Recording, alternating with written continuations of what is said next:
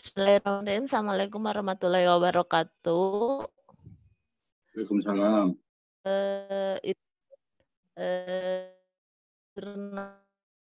Pertama, e-learning using WordPress on basic material with the 5E learning cycle strategy. Tahunnya 2019. Halo?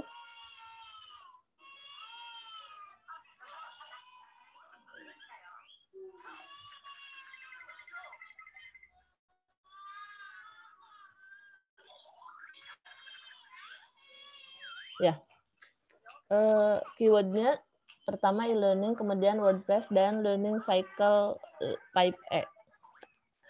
Isunya masih sama, yaitu dari adanya kurikulum 13, di mana kurikulum 13 ini menuntut agar pembelajaran terpusat kepada siswa, di mana juga menetapkan pendekatan saintifik, di mana langkah-langkah pada pendekatan saintifik itu identik dengan strategi learning cycle 5E. Teorinya e-learning, kemudian ada yaitu e-learning pembelajaran karena pada pandemi COVID-19 ini seluruh pendidikan, seluruh aspek kehidupan, salah satunya yang terimbas adalah dunia pendidikan memerlukan penggunaan e-learning yang lebih intens. Kalau dulu mungkin hanya digunakan hanya sebagian yang menggunakan, tapi ketika pandemi itu semua salah satunya dalam pendidikan dituntut total menggunakan e-learning atau pembelajaran jarak jauh. Kemudian teori yang kedua, siklus pembelajaran 5E dengan 5 tahapan, yaitu engagement, explore, explain, elaborating, dan evaluation. Metode penelitian ini menggunakan metode penelitian pengembangan yang mengacu pada model Dick and Carey. Prosedur penelitiannya hanya mengikuti langkah pertama sampai langkah ke-9, karena pada langkah ke-10 berada di luar sistem pembelajaran. Kemudian analisisnya, hasil evaluasi formatting perangkat e-learning yang dihasilkan diperoleh bahwa perangkat tersebut masih perlu dikembangkan untuk dapat digunakan sebagai media pembelajaran mandiri dalam pembelajaran fisika. Kemudian diligence, ada 3 uji kelayakan yang dilakukan dalam evaluasi formatif, yaitu uji kelayakan media, uji kelayakan pembelajaran, dan uji kelayakan materi. Dari penelitian ini diperoleh kesimpulan bahwa perangkat e-learning yang digunakan, yaitu WordPress pada materi fisika SMA dengan strategi siklus pembelajaran 5E dinilai sebagai perangkat pembelajaran elektronik dengan kualitas yang sangat baik. Ya Bu, sudah Bu. Ya, itu yang pertama Pak. Ya. Yang pertama diperbesar dulu, ini kurang, kalau menurut saya kurang besar dikit. Lagi Bu. Nah, pokoknya bisa tampil semua kan ini dari nomor sampai ya. Jadi ya, Pak. Jurnal pertama ini sepertinya hanya mengembangkan e-learning dengan metode 5E ya. Jadi tidak ada sesuatu yang baru di e-learningnya, hanya menggunakan metode pengembangannya pakai 5E. Iya, tidak ada perangkatnya ya. Ya, tidak ada itunya ya, tambahannya ya. Iya, iya. Nah, cuma di sini kesimpulannya perangkat pembelajaran ini kualitasnya sangat baik. Nah, ini harusnya ada ininya, ada ukurannya ya, sangat baik. Itu dari mana nih penilaiannya? Apakah dari siswa siswa itu menjadi meningkat ya daya belajarnya, atau dari mana ukurannya nih? Nah, jadi nanti dicari apakah ada acuan bahwa pembelajaran elektronik dengan e-learning yang dikembangkan 5E ini menjadi bagus gitu ya. Hai. Yang lainnya gimana? Ada komentar? Ini katanya hari ini Ibu yang mau tampil ya? Iya, iya Pak. Iya betul katanya Pak. Udah persiapan masak dulu katanya. Pak, saya mau ngasih tambahan. Tapi untuk yang pertama kayaknya belum nih Pak. Ya, yang pertama tidak ada itu ya, sesuatu yang baru ya. Mangga Bu, dilanjutkan yang kedua Bu. Iya Pak.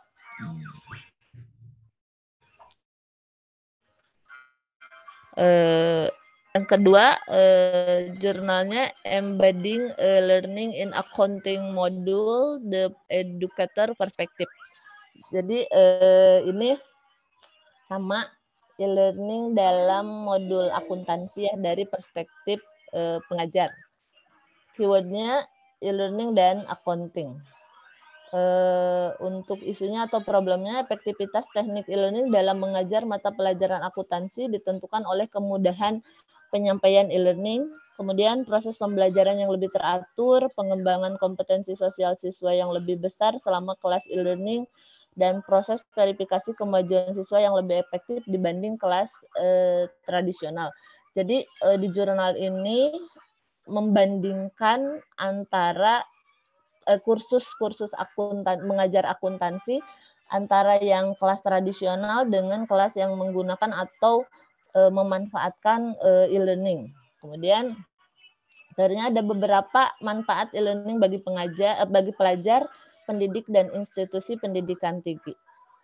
Alat e-learning terbukti sangat bermanfaat ketika berhadapan dengan kelompok besar siswa karena menyederhanakan proses penilaian dan membuatnya lebih efisien dan tidak memakan waktu lama. Kemudian, siswa yang berpartisipasi dalam pengiriman kursus online dipaksa untuk terlibat dalam aktivitas online secara teratur.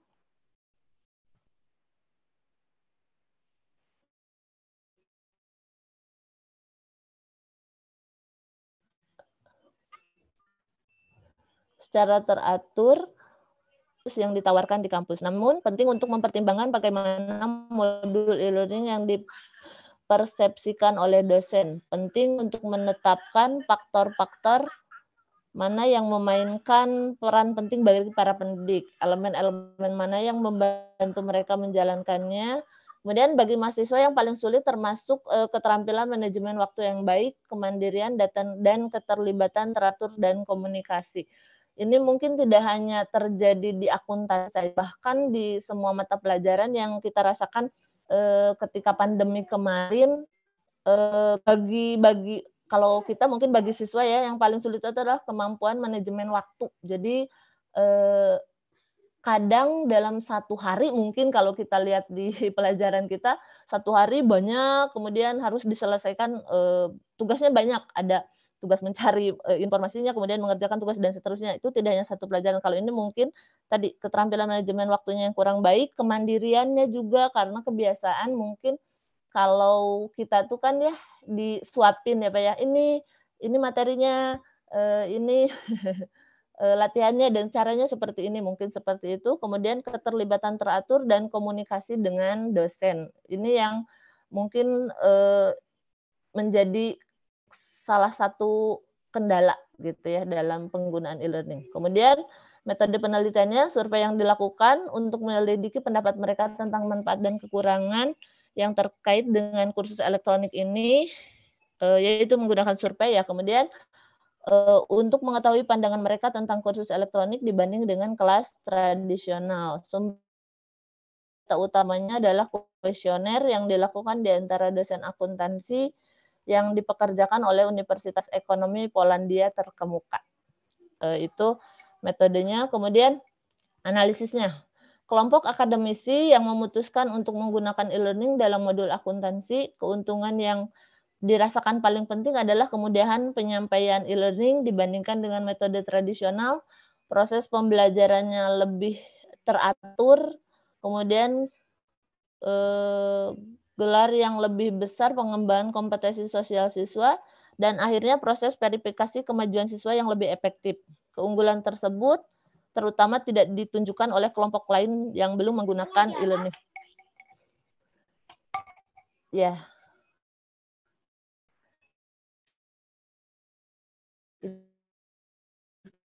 Untuk analisis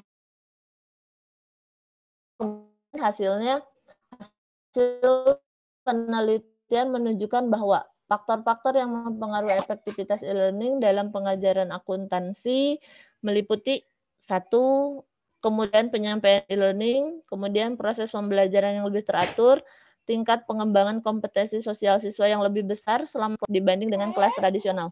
Hasilnya mengakui cara didaktik ini lebih efisien dan pada saat yang sama lebih menuntut dibandingkan dengan kelas tradisional. Hipotesis ketiga menyatakan bahwa faktor penting yang mempengaruhi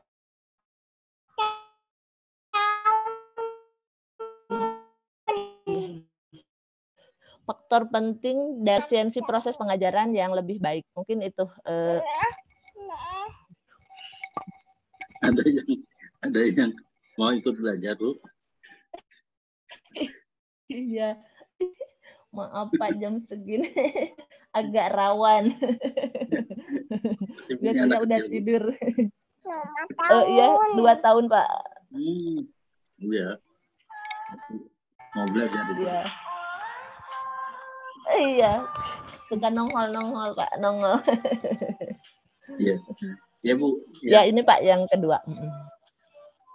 Yang kedua juga nih sepertinya ini ya, hanya mengkhususkan pembelajaran akuntansi ya. Iya. Hanya membandingkan Pak. Membandingkan ya antara apa namanya konvensional dengan yang e-learning ya. Iya. Dari sudut pandang apa namanya pendidik atau pengajar ya. Ya jelas pasti lebih bagus e-learning ya. Ya kalau dibandingkan konvensional pasti bagus e-learning. Iya Pak. Lebih efektif ya. Dengan kekurangan dan kelebihannya.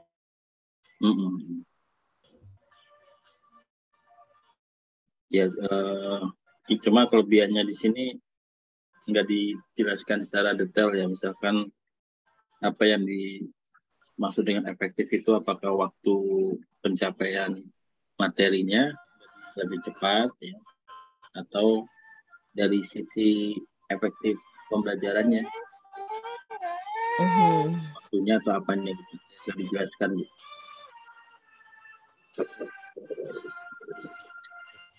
Membandingkan hanya secara garis besar efektif gitu ya. Nggak dibandingkan tidak secara angka ya Pak ya.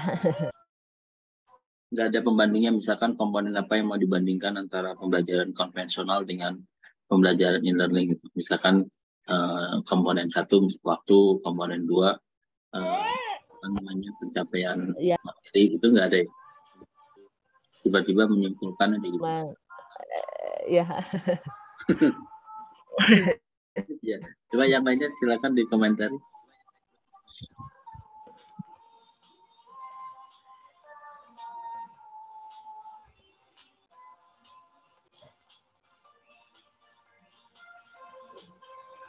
Ini jurnal di Polandia, Bu? Oh ya, Polandia, di Universitas Ekonomi di Polandia. Polandia juga masih saudara juga ya? Tahun 2020. Iya. 2020. Silakan masih membandingkan. Ya, oke.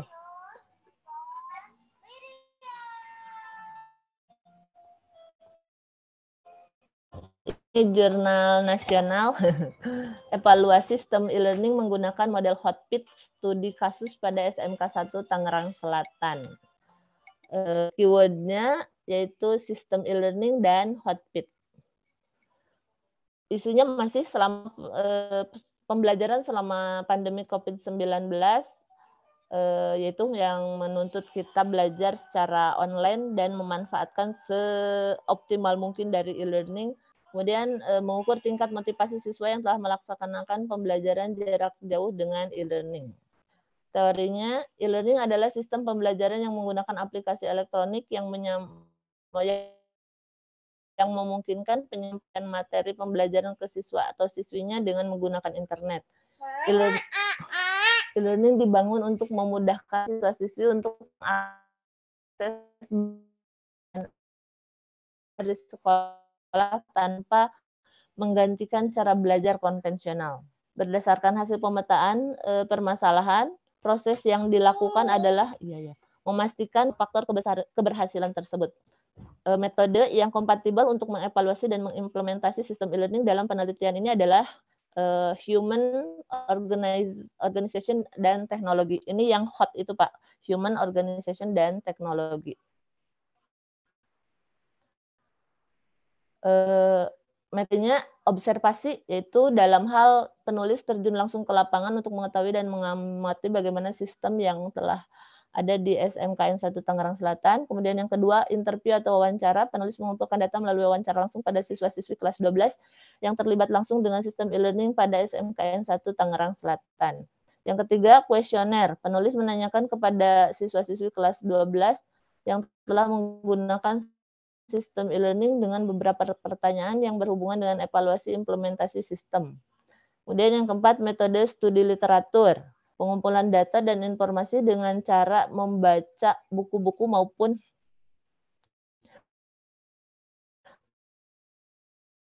jurnal referensi baik mengenai prosedur sistem yang telah ada mana dijadikan acuan pembahasan dalam masalah penelitian ini.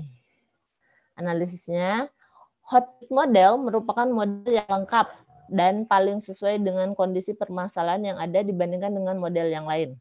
Hot fit model diakomodir variabel struktur dan lingkungan organisasi di mana variabel tersebut tidak terdapat pada model sebelumnya. Model penelitian ini terdiri dari 3 aspek, yaitu manusia atau human, organisasi atau organization, dan teknologi, yang mana tiap-tiap aspek memiliki variabel masing-masing. Kesimpulannya, penggunaan e-learning pada akademi memang dibutuhkan untuk menunjang terselenggaranya penyelenggaraan pendidikan sekaligus melatih user agar semakin handal dalam menggunakan teknologi informasi. Yang kedua, sistem e-learning mempermudah proses pembelajaran terutama pada saat pandemi COVID-19. Yang ketiga, sistem e-learning mempermudah siswa-siswi dan guru dalam proses belajar dan mengajar karena tidak perlu tatap muka dengan guru. Keempat, sistem e-learning menjadi mudah dipahami karena adanya petunjuk pelatihan. Itu Pak, segitu. Ya. Kalau ini kayaknya ada satu e-learning, ya, ada sebuah sistem, kemudian dia membandingkan dengan 3 komponen ya, yang dikenal dengan hot. Yeah. Hotnya itu human, organization, dan teknologi ya. Nah ini dikaitkan misalkan dampak e-learning terhadap manusianya atau pemakainya itu apa ya. Kemudian organisasi di sini maksudnya organisasi yang e-learningnya ya, konten e-learningnya ya. Organisasi di sini, organization di sini maksudnya struktur yang ada di e-learningnya Bu ya. Iya, Pak. Kalau teknologinya ini berarti apa namanya alatnya ya atau alat yang bagaimana dikembangkan sistem itu ya. Yeah. Jadi ini cuma menghubungkan ya antara e-learning dengan model hot ya. Tapi di sini nggak dijabarkan ya misalkan komponen aspek manusianya atau humannya itu terhadap e-learning apa gitu hasilnya gitu. Apakah manusianya itu ya nih semakin handal ya. Oh, manusia semakin handal. Kalau organisasinya nggak ada penjabarannya lebih detail ya. Nggak ada Pak. Hanya si hotnya juga cuma sedikit. Hotnya hanya juga. Itu aja. Tidak digali lebih dalam ya manusianya dari segi seperti apa, dari segi organisasi seperti apa gitu, hanya sekilas oh ya ada hot gitu yang dimunculkan. Jadi yang bikin kayaknya itu ya dulu ya. Mungkin perlu penelitian lebih lanjut Pak. Mahasiswa ya kayaknya ya. Iya. Mahasiswa teknik informatika ya. Teknik informatika ya.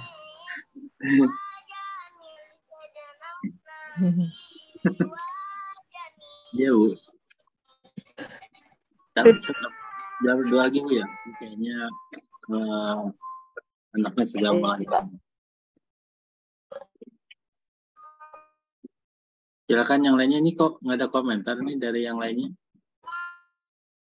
Biasanya Pak Asep, Doni. Belum Pak. Saya sudah baca jurnalnya. Di komentar. Kok tahu udah baca dari mana? Ngobrol di jurusan Pak. Kapan? Kan satu ruangan dengan Bu Maya. Nanti kita selesai. Ini udah 2 minggu yang lalu, Pak. Ini udah disiapkan dari minggu kemarin gitu, Pak. Satu sekolahan sama Pak Asep? Iya, Pak, saya satu Saya satu ruangan, Pak. Oh. Satu ruangan. Iya. Iya. Ketemunya Pak Asep Doni lagi, Pak. Asep Doni lagi gitu. Ya, Bu, yang dua lagi, Bu, terakhir. Ya, yang keempat, e-learning in higher education, challenge and solution. Jadi ini tadi lagi analisis e-learning di higher education dalam hal challenge and solution. Keywordnya e-learning, college, challenge, dan strategi. Isunya masih seputar pandemi 19, blended learning, universitas itu sudah biasa ya Pak, blending ada sinkron dan asinkron. Kemudian hambatan penggunaan e-learning yang bersifat pribadi organisasi. Kurang ke bawah, Bu. Hambatan penggunaan e-learning yang bersifat halo. Tampilannya kurang ke bawah. Halo. Kok nggak bergerak ya tampilannya? Kayaknya saya ya sebentar Pak. Atau di saya nih? Ya. Tidak bergerak Pak. Oh sama ya? Sama Pak. Karena Bu Maya pakai kartu tri Pak, jadi agak lemot. Jangan-jangan teteringnya sama Pak Asep.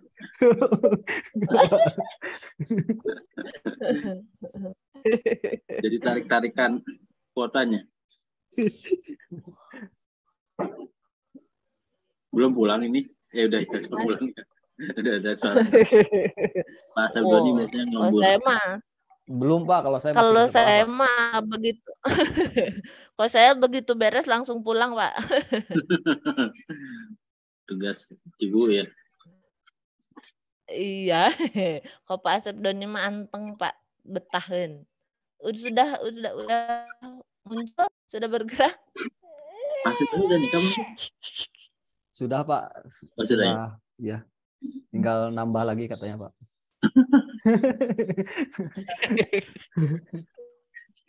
Ayo Bu, bolak-balik Bu.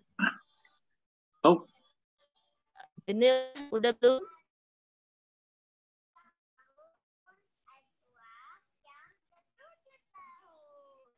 Halo? Bu, cukup Bu, silakan.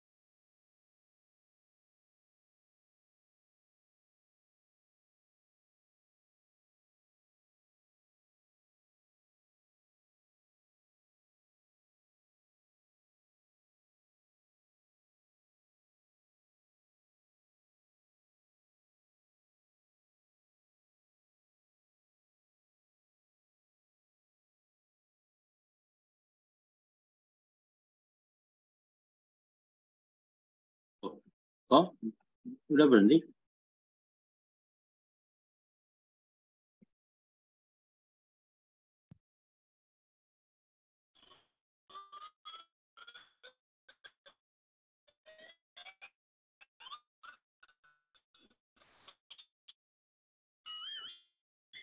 Halo.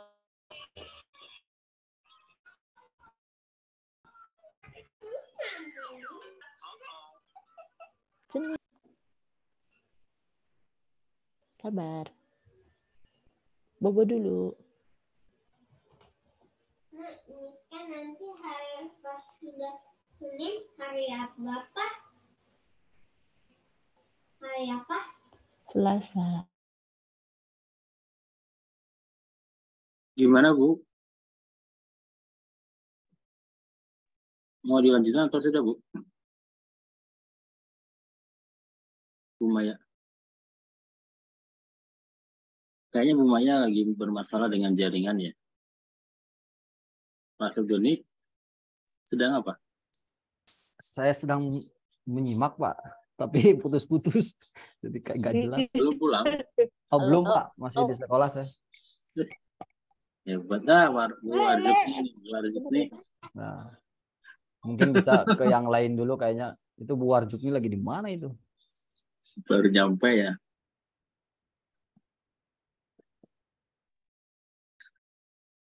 This meeting is being recorded. Atau di Bu Maya mau dilanjutkan atau bisa diganti sama siapa berikutnya? Bu Warjuk nih. Mohon maaf Pak, ini putus-putus.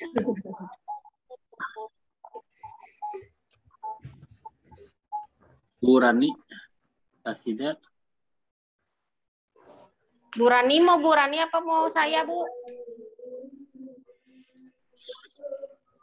Saya hari ini sampai 7:30 ya, karena ada kegiatan pushbook ini malam. Jadi mungkin satu peserta lagi. Bu Rani. Bu Rani nggak ada suara, Bu Rani. Waduh, jangan-jangan kartu tri juga ini Bu Rani.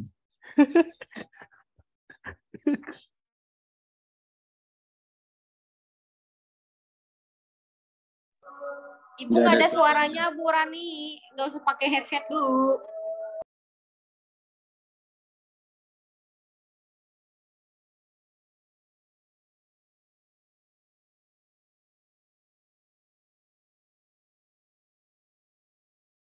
Nggak ada suaranya, Bu.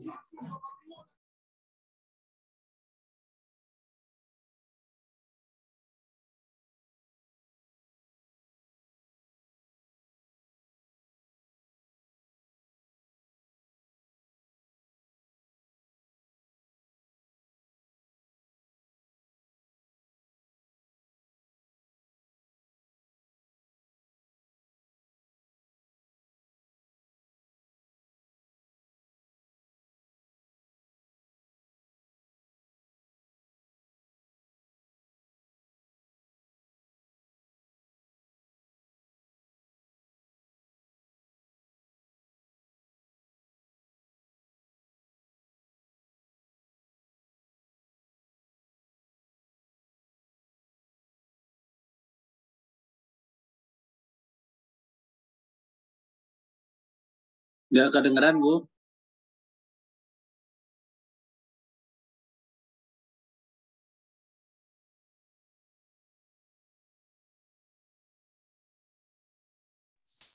Belum, Bu.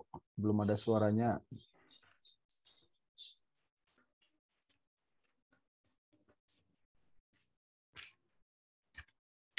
Bu Rani, apa saya dulu aja? Iya, Bu Warjudi dulu. Ya, boleh ya, Pak? Ada yang semangat.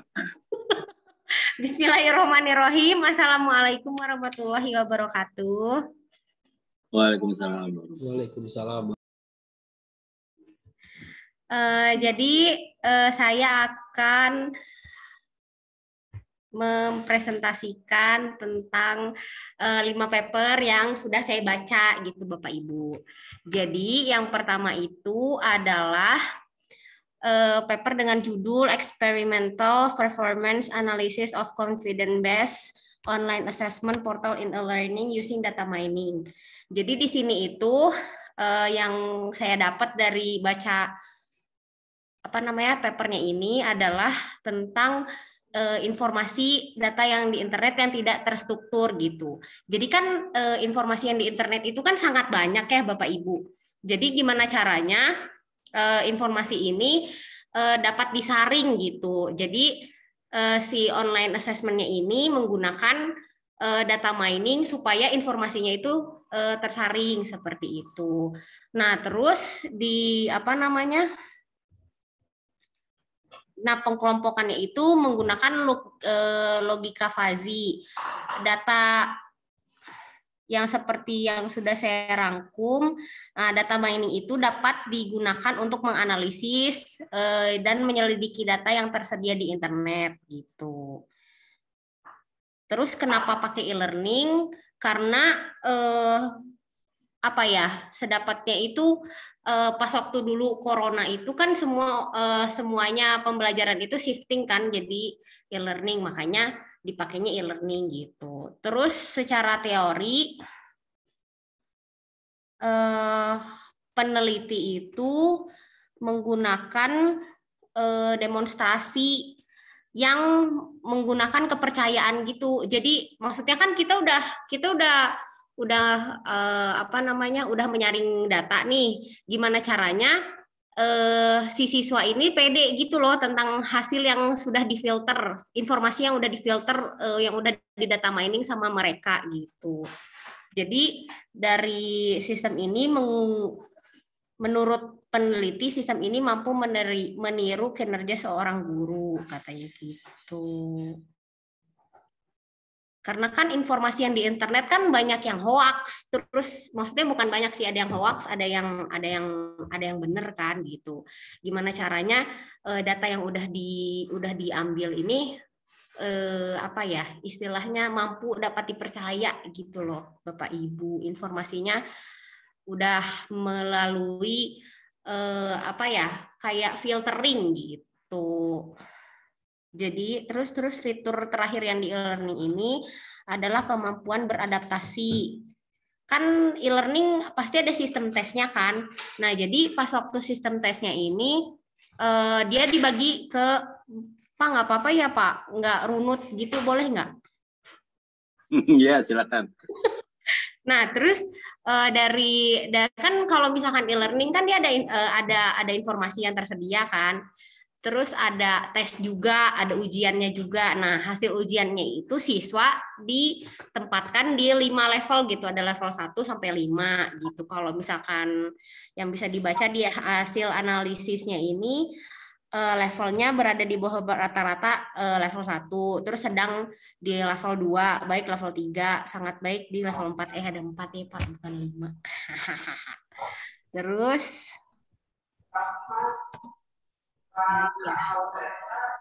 nah, terus dari tesnya itu di e-learningnya dia ada 80 kalau nggak salah Pak, yang ini tuh 80 soal gitu. Jadi dari setiap soalnya itu dibagi lagi kelompoknya jadi 3 bagian gitu Pak, yang saya baca di sini.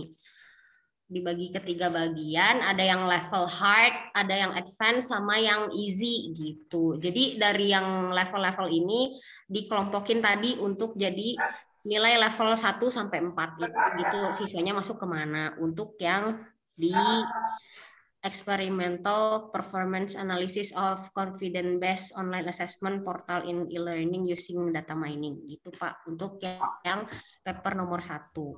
Boleh dilanjut Pak ini ke level 2. Ke paper 2. Nah, nomor 1. Ada pertanyaan? Nomor 1 dulu dibahas. Oh iya, siap Pak. Di data mining-nya berarti untuk menyaring materi. Iya, menyaring informasinya Pak. Jadi supaya tidak.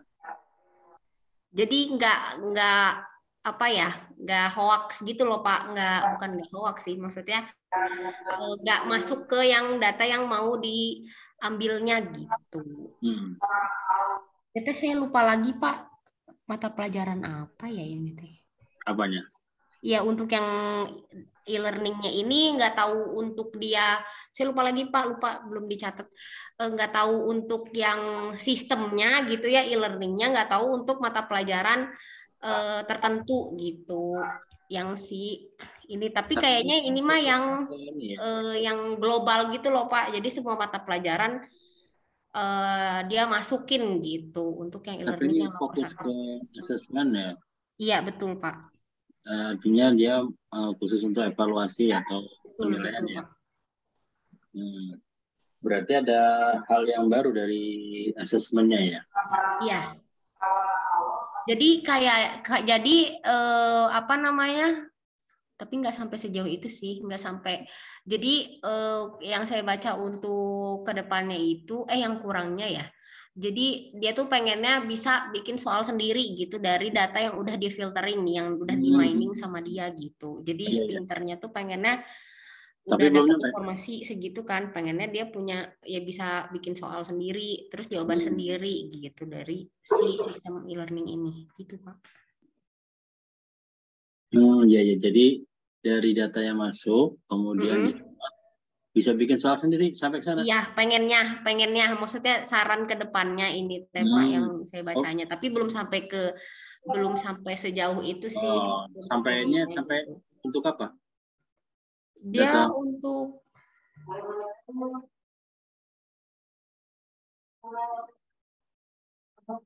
karena ada kemarin anak S1 non-dik bikin soal bikin aplikasi dari apa namanya paragraf bahasa Inggris ya, dibaca oleh sistemnya dia, terus bisa jadi pertanyaan. Pakai TOEFL ya, tes TOEFL. Oh iya Pak, untuk tes TOEFL sendiri. Tapi ini belum sampai ya bikin soal sendiri. Belum Pak. Berarti data miningnya buat apa di jurnal ini? Dijelaskannya untuk apa? Buat menyaring informasi sih Pak. Jadi untuk bikin entah kayaknya bikin apa namanya teh jawabannya gitu loh. Kan dia pakai ABCD kan, maksudnya pilihan ganda. Nah, pilihan gandanya itu dapatnya dari miningan itunya Pak gitu. Tapi pertanyaannya mah bikin sendiri gitu. Jadi kayak untuk pilihan gandanya misalkan pertanyaannya benernya jawabannya C, tapi yang A, B, D, E-nya itu dapat informasi miningnya dari situ gitu. Yang mirip-mirip dari situ sih Pak. Ya, berarti ini sudah dimasukkan data miningnya, e-learningnya ya. Iya betul Pak. Terus yang kedua? Terus yang kedua ini tuh the use of personalized learning approach to implementing self-regulated online learning. Jadi, ini juga sama pas waktu corona juga Pak. Ini pokoknya shifting isunya itu shifting shifting pembelajaran dari yang tradisional jadi ke e-learning. Jadi kan sebelum corona juga kan memang sudah ada e-learning kan ya Pak. Makanya di sini ada para sarjana telah menemukan bahwa tindakan pengaturan diri siswa berdampak pada keberhasilan akademis. Jadi kan sebelum corona ini banyak penelitian tentang e-learning dan para sarjana atau para ilmuwan gitu ya seperti kita gitu amin udah ngebuktiin kalau e-learning itu efektif gitu untuk shifting si pembelajaran gitu. Nah ditambah corona, jadi isunya itu yang diangkat sama paper ini gitu. Terus untuk teori metode. Nah untuk teorinya itu kan personalized learning kan mempersonalisasi pembelajarannya kan, pembelajaran siswa kan ya Pak. Jadi kayak dia entah itu pakai virtual apa sih kinestetik atau audio gitu kan ya itu.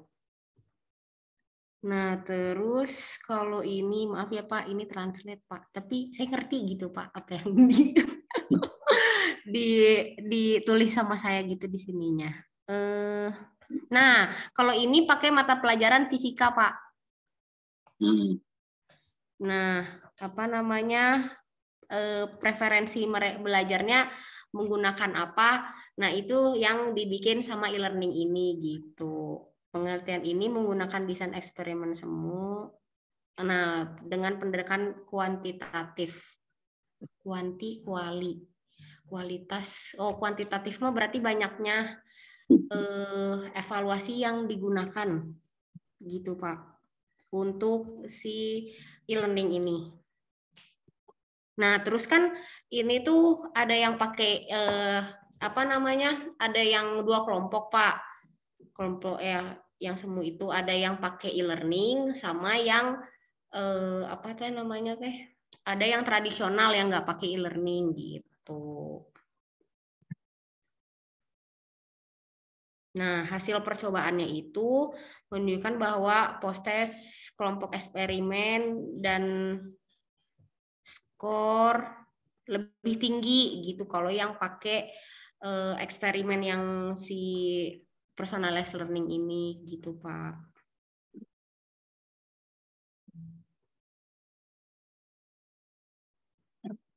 Ya, kalau yang tradisional mah ya pokoknya intinya lebih tinggi yang eksperimen yang menggunakan e-learning ini gitu.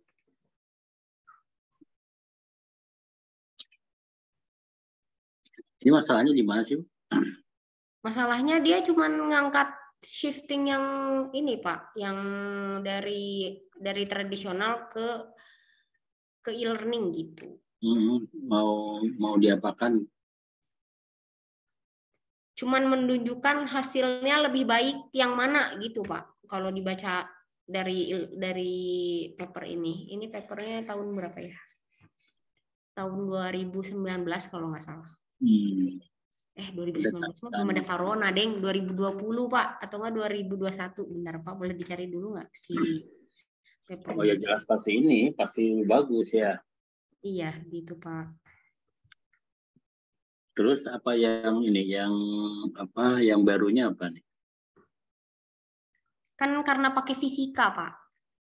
Maksudnya kan dia pakai mata pelajaran fisika. Jadi pendekatan visual audio kinestetiknya itu yang diunggulin sama paper ini gitu, sama penelitian ini maksudnya. Berarti di medianya maksudnya? Iya, betul.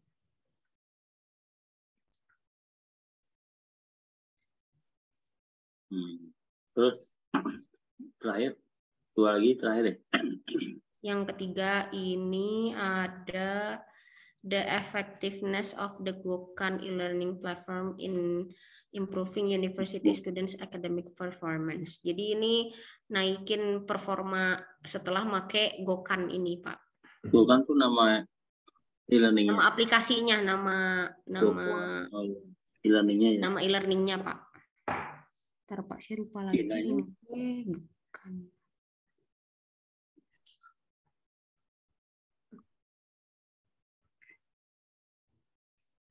Nah, kalau Gokhan ini adalah berfokus pada bidang pemodelan pengetahuan siswa, diisi kajian dan perencanaan. Oh, bentar.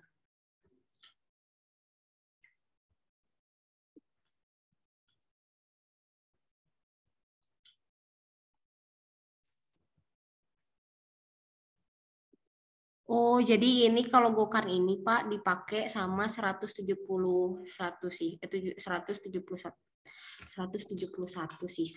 mahasiswa di siswa psikolog gitu Pak.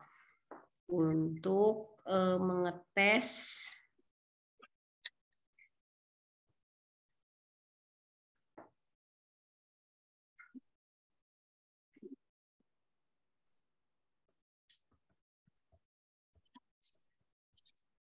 Nah, ini Pak, ada di sini.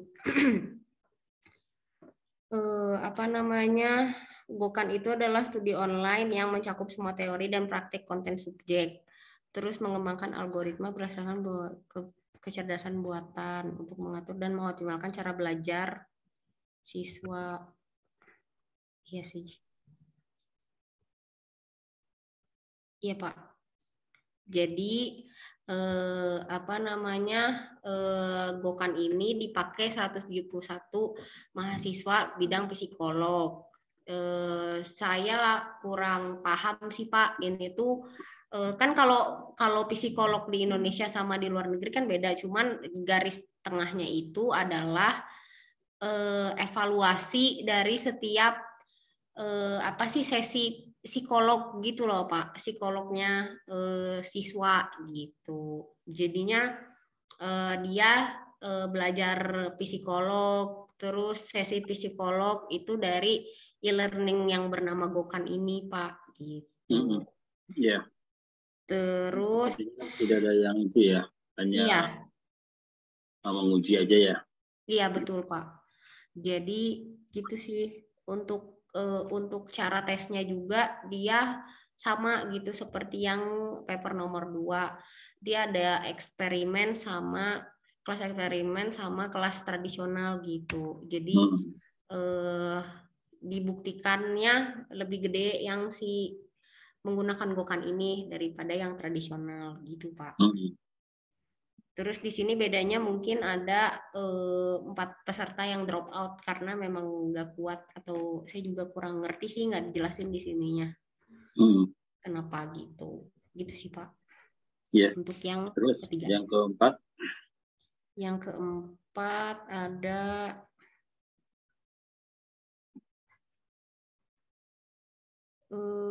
effects of a gamified learning environment on students' achievement, motivation, and satisfaction.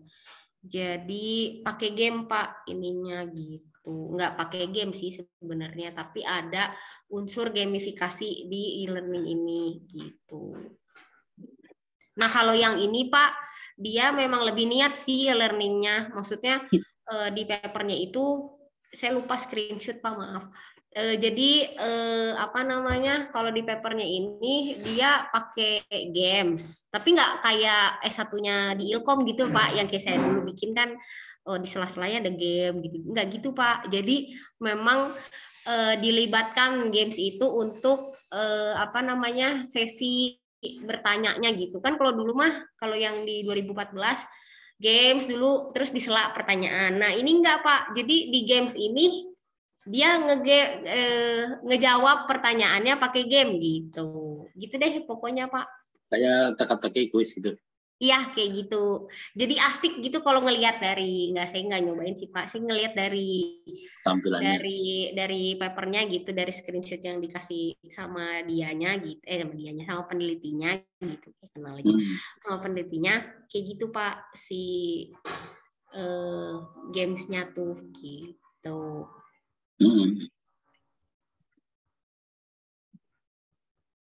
Iya bedanya ini ada gamesnya Pak. Untuk yang e-learning ini. Itu pada saat menyampaikan materi? Atau enggak, kalau penyampaian materi dia nggak pakai e-learning Pak, tapi tesnya dia pakai e-learning gitu. Oh, buat evaluasinya. Iya, untuk tesnya gitu Pak.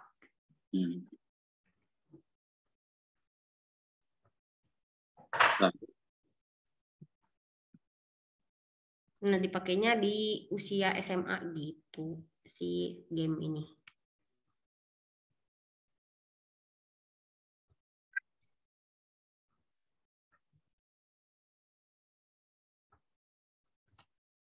Ini boleh lanjut lagi Pak? Ya, terakhir. Iya, yang terakhir ini ada personalized learning environment, alpha testa, beta testing, dan user acceptance test. Jadi kan seperti kita tahu kalau misalkan e-learning kan ada yang apa namanya tadi, kalau di sini dia lebih fokusnya ke testing Pak, ke testing dari personalized learning-nya gitu. Jadi dia itu tesnya lebih cocok kemana sih, ke yang visual, kinestetik, apa audio gitu. Nah dari visual, kinestetik, audio itu dibagi lagi ke testing yang alpha testing, beta testing, sama UAT ini gitu. Kalau misalkan alfanya sukses, dia langsung masuk ke beta. Kalau misalkan dia masuk ke beta, udah pasti masuk ke UAT ini gitu Pak. Kalau yang saya baca dari paper ini gitu. Iya. Yang kelima ya? Iya, itu Pak. Ya. Jadi dia ngetes. Jadi siswa tuh nggak ikut ketiga-tiganya gitu, tapi dia wajib ke alfa gitu. Setelah dia udah ikut yang alfa testing ini, kalau misalkan dia memenuhi kriteria atau standar gitu, dia masuk lagi ke beta testing gitu. Kalau misalkan masuk ke UAT gitu. Tapi kalau misalkan dia ke alpha tapi dia nggak masuk ke beta, ya udah nggak apa-apa gitu. Berarti dia cuman di alpha aja testingnya. Nah, di alpha, beta sama user UAT ini dia punya setiap visual, maksudnya siswa masuknya visual atau kinestetik atau audio gitu Pak di sini. Iya. Jadi memang itu hal yang baru ya. Iya yang ini Pak. Hmm. Baru soalnya yang ini dari UTEM Malaysia ya. ya. Ya, silakan ada yang komentar.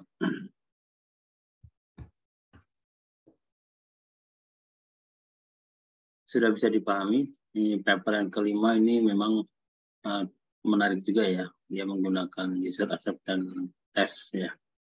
Nah, cuma nggak ditampilkan ini apa namanya cara mengujinya seperti apa ini.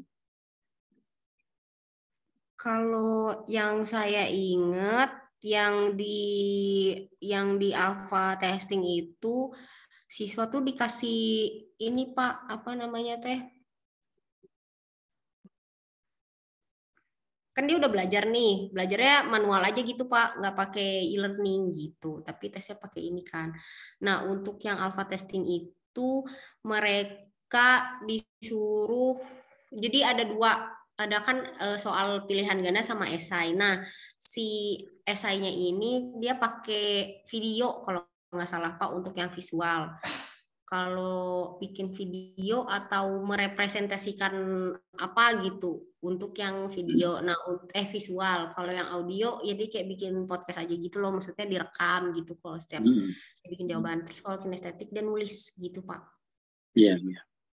Gitu untuk yang alpha testing nih gitu. Berarti ada beta, ada alpha ya.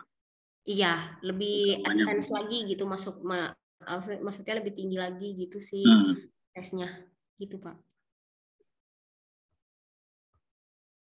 Ya baik Bapak Ibu, ini peserta terakhir ya Bu Arsuni ya. Hari ini tidak bisa lebih karena saya harus bergabung lagi di kegiatan Pusbuk ini dari Kementerian jam 7:30. Siapa? Mudah-mudahan minggu depan kita bisa lanjutkan lagi ya. Pak Sepdoni, ada yang ingin disampaikan? Cukup Pak. Ya. Baik Bapak Ibu, hari ini kita cukupkan ya materi yang disampaikan Bu Warsuni dan Bu Maya tadi. Bu Maya ya betul ya. Walaupun tuntas ya. Mudah-mudahan minggu depan kita bisa tuntaskan lagi ya. Terima kasih, sampai ketemu minggu depan. Assalamualaikum warahmatullahi wabarakatuh. Waalaikumsalam warahmatullahi wabarakatuh. Terima kasih, Pak Wahidin.